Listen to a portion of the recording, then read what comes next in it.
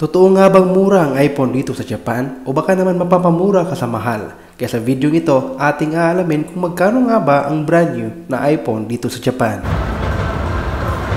Unang araw namin dito sa Japan at eto nakita ko kagad ang tren na ito. 4 na taon ko itong hindi nakita. Papunta tayo ngayon sa Akihabara kaya nagtanong tayo kung saan tayo pwedeng pumunta. Oh.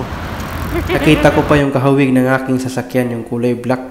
Kasi nga in-import yung sasakyan ko mula Japan papuntang Cebu. Kaya naging surplus na. Meron din siyang mga kahawig talaga dito. Isa pa to, yung kulay gray. Medyo kapareho ng forma. Kapag winter dito sa Japan, ang sarap talaga magbabad sa init kasi nababawasan yung lamig. After ng ilang minutong paglalakad ay finally narating na natin ang tamang train station papuntang Akihabara at bumili na rin tayo ng ticket.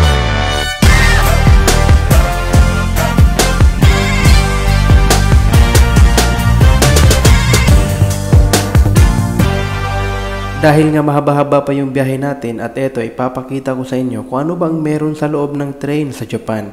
Kung mapapansin nyo sa itaas, napakaraming sabitan kasi pagdating ng mga rush hour ay talagang tayuan ng mga tao dyan. 4 na taon ko nang hindi naririnig ang boses sa loob ng train. Eto talagang isa sa hinahanap-hanap ko sa train sa Japan.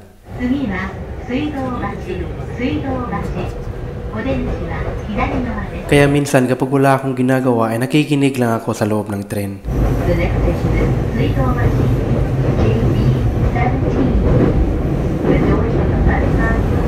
Kung mapapansin nyo, sobrang lapad talaga ng gitna ng tren, hindi magtatamaan yung mga paan nyo. Bawal magingay sa loob ng tren. Bihira ka lang makakita dito sa Japan ng mga taong nag-iingay sa loob ng tren. At syempre sobrang haba talaga ng tren dito sa Japan. Kung hindi ako nagkakamali, minsan umaabot ito ng mahigit 10 bagon. Nawar ko nila ang elevator, escalator, oh. Tinta sa escalator, ah. Dugay kayo maabot. Mura mag-1 kilometro. Layo pa kayo. Gaya maabot, eh. Mura man kahumanan. Pagdating namin sa Akihabara Station ay agad kami nagtanong sa taong ito kung saan nga ba ang Yodobashi Akiba. Yodobashi. Hai, kotse dito. Hai, arigatou gozaimasu. Mo tong tawhana, oh. Gitudluan mi asang exit. Nalimot mo ko kung sa Nihongo sa exit ba. Akong gi-search Diguchi di ay. Diguchi nya ako na lang gi-sentence. Yodobashi Akiba ikitai desu kara. Diguchi wa doko desu ka. Ano patay Nihongo na bawaan ba. Katong gamay. Ako ah. Pagdating namin sa Yodobashi Akiba, agad na kami namili ng mga iPhone 14. Tanawa ra gud, oh. Mao ni ang diferensya. iPhone 14 ug iPhone 7 Plus. Grabe ka tinaw. Isikit jud maayo. Oh? Mura mag-i-edit. Ang nasa kaliwa ay ang iPhone 14 Pro Max at ang nasa kanan ay iPhone 14 Pro. Oh, mas nindot nila. Oh, mas nindot ang Pro Max. Ah, bisag iana na to. Dila maklaro diri cellphone kay bati matag kamera. Aw, ako mulakaw ka. Mas steady ni siya. Ah, video na, video. Asa video ni? Kani video. Wala, mas nindot siya no? Stable lang kani? Ay, di mo na pareha. Ang kanindot niya, kay kani siya sa video. Kay murag crispy kay siya. Kani kay murag hayag ra kayo. Lain sa color. Namili mig dress iPhone. Kay galibog ba sa iPhone 14 ba or Pro Max o kanang 14 Plus. Ang nindot iPhone 14 Plus o ang Pro Max. Kilala na talaga ang Yodobashi Akiba na bilihan ng mga gadget. Pero bago kami pipili ay kukuha muna kami ng pera dahil sakto lang yung dala namin. Malapit lang sa Yodobashi Akiba ay merong 7-Eleven kaya agad na naming winidraw ang aming trilyon na pera. Bumalik na kagad kami at tinanong kung available ba ang iPhone 14 Pro Max. At ang resulta, hindi available para sa amin. Padong mi karon dito sa kaning Tokyo Station. Kana kuno dito ang Apple Store. Dako ni siya dito nga tindahan sa Apple. Maintag na available ba nga iPhone 14 Pro Max. Kaya dito mo wala. Hurot amuhang 4 ka oras ito niya wala ra di ay. Buang-buangon wala may prangkahi daan nga wala di ay. Pagkasabot naman tayo ingon silang 9. Sa haba-haba ng usapan, ang pangit talaga ng resulta. Kaya ang nangyari na pabili tayo ng inumin sa Jiduhan Baiki.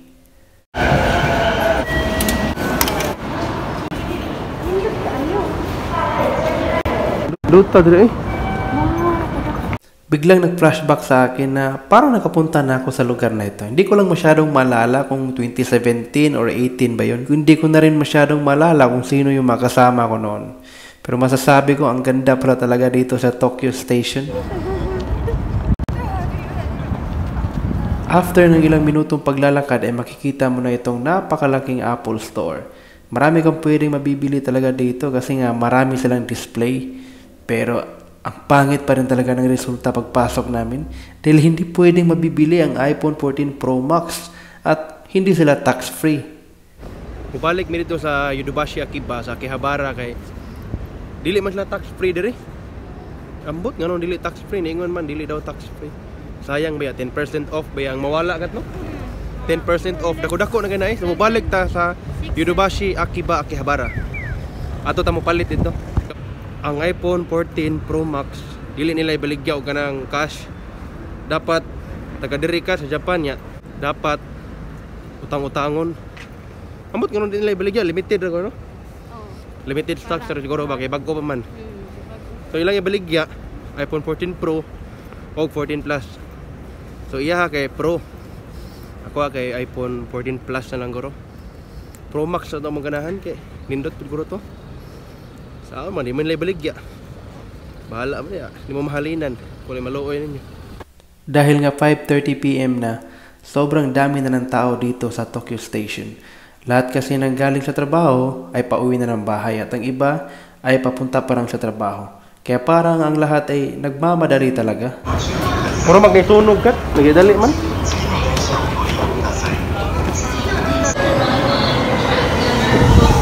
Ito yung sinasabi ko kanina kapag rush hour. Tayuan talaga ang mga tao.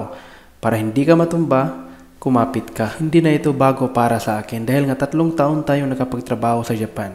Kaya masasabi ko na rin nasanay na ako. Pagbalik namin ay agad na naming binili ang iPhone 14 Pro Max at ang 14 Plus. Sorry wa tax free na this ne. Mada. Sorry wa arimas tax free. Okay. Alam nyo ba kapag ginamit mo ang tax-free ay makakatipid ka ng 10%? Sa computation namin, mga mahigit 1 lapad ang matitipid sana namin. Sa pera natin, mga 5,000 yun. So, hindi na lang namin ginamit dahil nga sabi nila, kung gagamitin mo ang tax-free ay hindi mo pwedeng gagamitin ang cellphone dito sa Japan. Paano kung merong factory defect? Yan yung naisip namin. Kaya nag-decide kami na wag na lang gamitin ang tax-free para na rin malaman namin kung walang sira ang cellphone at magamit na rin namin dito sa pagta-travel sa Japan. Nabili namin ang iPhone 14 Plus sa halagang 60,000 sa pera natin. Kung ginamit natin ang tax-free, mga 55,000 na lang yon. Sa partner ko naman, nabili niya ang iPhone 14 Pro sa halagang 65,000 sa pera natin. Kung ginamit namin yung tax-free, magiging 60,000 na lang yun. Kaya mag-isip ka na mabuti kung gagamitin mo ba ang tax-free o hindi. Hindi ako nagmamayabang sa video ito. Gusto ko lang ipaalam sa inyo na mura ang iPhone sa Japan at kung magkano talaga. Thank you. Ano ni ang price kung tax-free? Kung dili tax-free ka na. Usa na ichimang raman. Sa kalapad mo sad kapin. iPhone 14 Pro na. Pila wait, I will kuan the kuan pa kanang siningan. Ay. Hindi ko alam kung na-excite ba siya sa bagong iPhone 14 Pro niya o natataranta siya. Kaya nasabi niya na I will kuan yung ano ba. Natatawa talaga ako sa part na ito. 17. Bago kami pumunta dito sa Japan ay nag-inquire na kami sa mga tindahan ng mga iPhone dito sa Cebu. Pero sobrang mahal talaga nila. Mahal sila ng mga 10 to 15K kumpara dito sa Japan. Kaya kung ikaw ay pupunta dito sa Japan at may planong bibili, makakatipid ka talaga dito. Sa feelings naman, nakibagong iPhone 14 Pro.